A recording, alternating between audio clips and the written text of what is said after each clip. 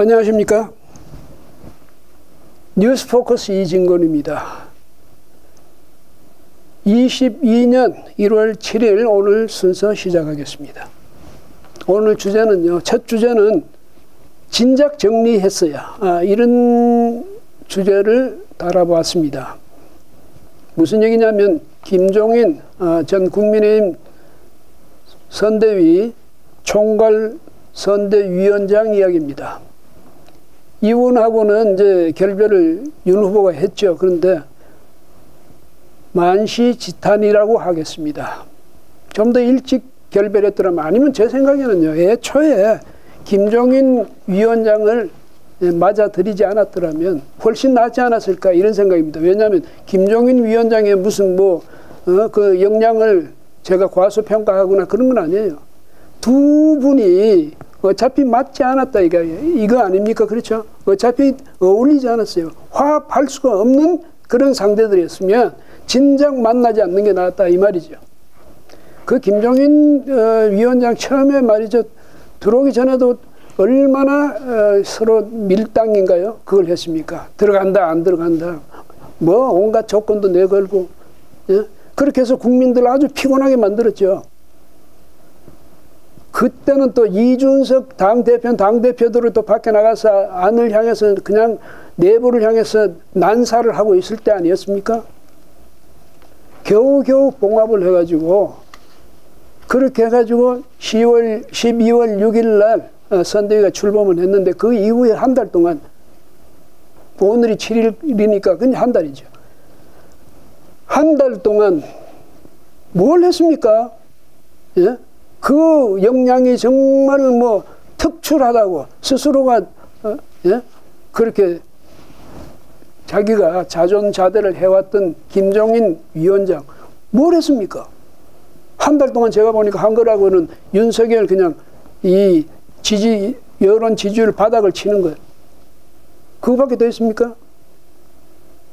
어떤 역량을 발휘했습니까? 그런데 이분이 말이죠, 더더구나 이제 지난 월요일이었죠. 지난 3일 날 갑자기 폭탄 선언을 했습니다. 선대위 전면 개편, 6본부장 사퇴를 포함해서 완전히 해체하고 새로 만든다는 그런 정도의 그 대개편을 선언했습니다. 그런데 그게 윤 후보하고 논의된 것이었냐? 아니었습니다. 나중에 윤 후보하고 논의된 것이었냐고 물었더니 이분 말씀이, 내가 동의를 구할 필요가 없다. 내 판단 기준에 따라서 내가 이야기한 거다. 반드시 후보한테 이야기를 해야 될 것 같으면 총괄 선대위원장이라는 그 위치 자체가 아무 의미가 없지 않냐, 이런 이야기를 했습니다. 정말 착각을 하고 계셨죠. 총괄위원장이 모든 걸 결정할 수 있는 결정권자다. 최종 결정권자다. 후보는 총괄 선대위원장의 지시대로 움직이면 된다. 그런 인식 아니었겠습니까? 그게 말이 됩니까? 후보를 당선시키기 위해서 만들어진 게 선대위 아닙니까? 거기서 성공하면 누가 대통령 됩니까? 김종인 위원장이 대통령 되는 거 아니잖아요. 윤석열 후보가 대통령 되는 거죠. 후보를 스타로 만들어야 되는 건 맞는데, 스타로 꾸밀 책임은 위원장한테 있는 게 맞습니다. 그런데 김종인 위원장 머릿속에 들어있던 그런 인물형, 인간형을 만들어내라는 게 아니죠. 윤석열 후보가 가진 장점을 최대한 부각시키고 그 단점을 최대한 보완하는 그런 역할을 총괄선대위원장이 하라는 것 아니겠습니까? 그런데 총괄선대위원장은 당신은 연기만 하면 돼, 우리가 시킨 대로, 이런 착각을 하고 있는 거예요. 대통령이 연기만 하는 사람입니까? 만약에 그런 식으로 했다면, 그런 말이 통했다면 국민들은 윤석열 후보를 뭐로 보겠습니까? 로봇으로 보겠죠. 꼭두각시로. 뒤에는 김종인 선대위원장이 지시하고 말이죠. 그런 관계로 봤을 겁니다. 그 사람을 바보로 만드는 거지. 자기 똑똑한 걸 부각시키기 위해서 후보를 바보로 만드는 그런 위원장이 어디 있습니까? 위원장, 김종인 위원장 물론 탁월한 그런 지도력을 가졌다고 저는 믿습니다. 역량도 뛰어나다고 믿습니다. 그러나 이분과 같은 그런 방식은 아닙니다. 그래서 그런 점에서 볼 때 김종인 위원장, 윤 후보가 잘 서로 갈라섰다. 진작 갈라설 걸 그랬다. 그런 생각입니다. 뭐 내가 상황이라고 하더라. 그게 자기가 뭐 상황이 아니라고 한다고 아닌 게 아니잖아요. 그분의 행태 자체가 스스로 상황 행세를 한 것 아닙니까? 그리고 내가 쿠데타를 했다는데 무슨 쿠데타를 하냐. 쿠데타 했죠. 왜냐하면 기존의 그 조직이라든지 기구, 질서 이런 걸 그냥 하루아침에 완전히 뒤집어 버리는 그게 쿠데타예요. 다른 게 쿠데타가 아니고. 김종인 의원은 그렇게 했지 않습니까? 쿠데타를 하면 안 되죠. 지금 이 중대한 시점에. 그 바람에 어떻게 됐습니까? 예? 윤석열 후보 그렇게 서로 갈등을 겪고 말이죠. 서로 대립하고 이렇게 하는 바람에 물의 기름처럼 서로 달리 도는 바람에 윤석열 후보 지지도가 땅에 떨어졌잖아요. 바닥까지 10%포인트 이상으로 이재명 후보한테 떨어졌습니다. 그럼 책임 누가 질 거예요? 옛날에요. 거의 아주 오랜 옛날 이야기인데 중국 전국시대 이야기입니다. 편작이라고 있었어요. 편작. 아주 뭐 신의라고 할 수 있죠. 예? 편작, 화타, 뭐 이런 중국의 역사상 가장 유명한 그런 그 의원들 아닙니까? 의술인들. 예, 근데 그 편작의 이야기입니다. 편작이 어느 날 제 나라 환공을 이제 아련했어요. 그래 환공을 이렇게 보다가 편작이 폐하, 지금 폐하는 병이 있습니다. 그 병이 지금 피부에 있는데 그러면 지금 치료를 하시면 낫습니다. 그랬더니 이 환공이 나는 건강한 사람이야. 나 병이 없어.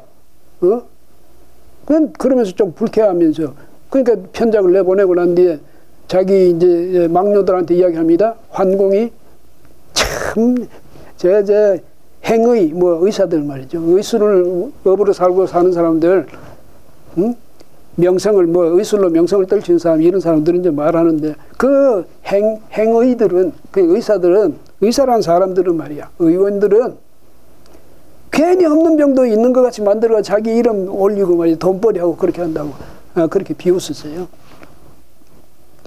닷새 후에 다시 편작이 왔습니다. 아, 폐하, 지금 그 병이 살 속으로 파고들었는데 지금이라도 치료하면 괜찮습니다. 그러니까 환공이 알아서 가라고 또 노기를 띄웠거든요. 그 다음에 또 닷새 후에 편작이 와서 보더니 아, 폐하, 지금 그 병이 말이에요. 위하고 장 사이에 들었다고 말이에요. 참 심각한 순간이라고 빨리 치료를 하셔야 된다. 빨리 치료를 안 하시면 큰일 난다고 이야기했더니 아주 뭐 불쾌하면서 나는 건강하야. 그런 병이 나한테 있을 리가 없어. 이거 내보내버릴까. 그 다음 닷새 후에 또 왔어요. 편작이 와서 환공을 이렇게 보다가 그냥 도망가 버렸어요. 사람을 시켜서 왜 도망갔냐고 물었더니 아, 임금의 병이 골수에 들어가지고 이제는 누가 와도 못 고친다. 그래서 도망갔다는 거예요. 그리고 한 닷새 지나고 난 뒤에 편작이 이제 심각한 통증을 느끼기 시작했거든. 그래서 빨리 편작 찾아오라고 그랬더니 이미 편작은 도망가고 없더랍니다. 진나라 쪽으로 도망가 버렸어요.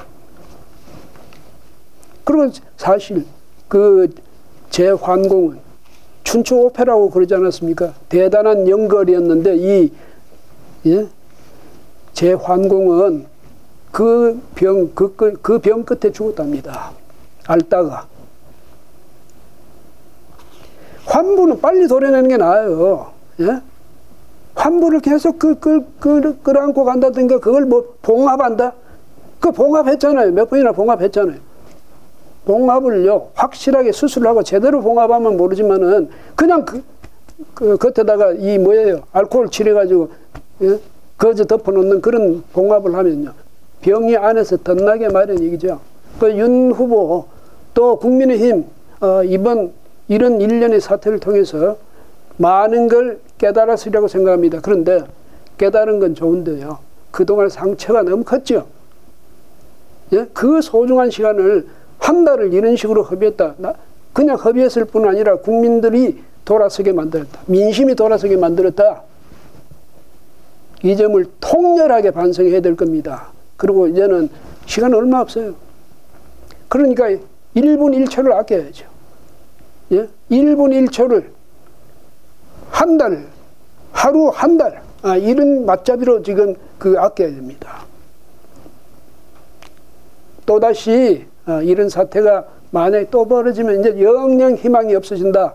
이 점을 윤 후보 자신은 물론이고 국민의 모든 그 참여자들이 다 명심해야 할 것 같습니다. 예.